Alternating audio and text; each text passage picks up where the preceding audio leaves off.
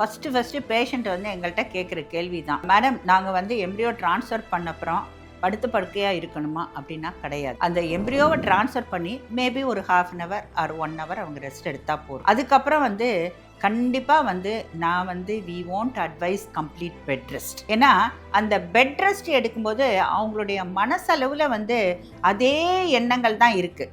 நான் தனக்கு தரிக்குமோ தரிக்காதோ அப்படிங்கிறது வந்து ஒரு எண்ணம் இருக்குது. நான் ஒரு சின்ன எக்ஸாம்பிள் சொல்கிறேன். எங்கிட்ட வந்து ஐவிஎஃப் ட்ரீட்மெண்ட்டுக்காக ஒரு டாக்டர் கப்பிள் வந்தாங்க. அந்த டாக்டரை வந்து ட்ரான்ஸ்ஃபர் பண்ணதுக்கப்புறம் ஷீ ஸ்டாப்டு ஒர்க்கிங். அவள் காலேஜுக்கு போகாமல் அவள் பாட்டுக்கு வீட்டில் ரெஸ்ட்டில் இருந்தாள். பட் அந்த தடவை அவள் கன்சீவ் ஆகலை. ஸோ அடுத்த தடவை நாங்கள் அவளை மோட்டிவேட் பண்ணி maybe you take rest for 1 or 2 days, அதுக்கப்புறம் you be back to the normal work. ஒரு கனமான வேலையை வந்து செய்ய வேண்டாம், மற்றபடி மனசுக்கு ஒரு இதமாக இருக்கிற ஒரு லைட்டான வேலையை நீங்கள் செய்யலான்னு சொல்லி அவங்கள 4வது நாள் நாங்கள் காலேஜுக்கு அவங்க ஷி வாஸ் எ லெக்சரர் போயிடுங்க அப்படின்னு சொன்னோம். போயிட்டு அந்த தடவை she had a positive pregnancy.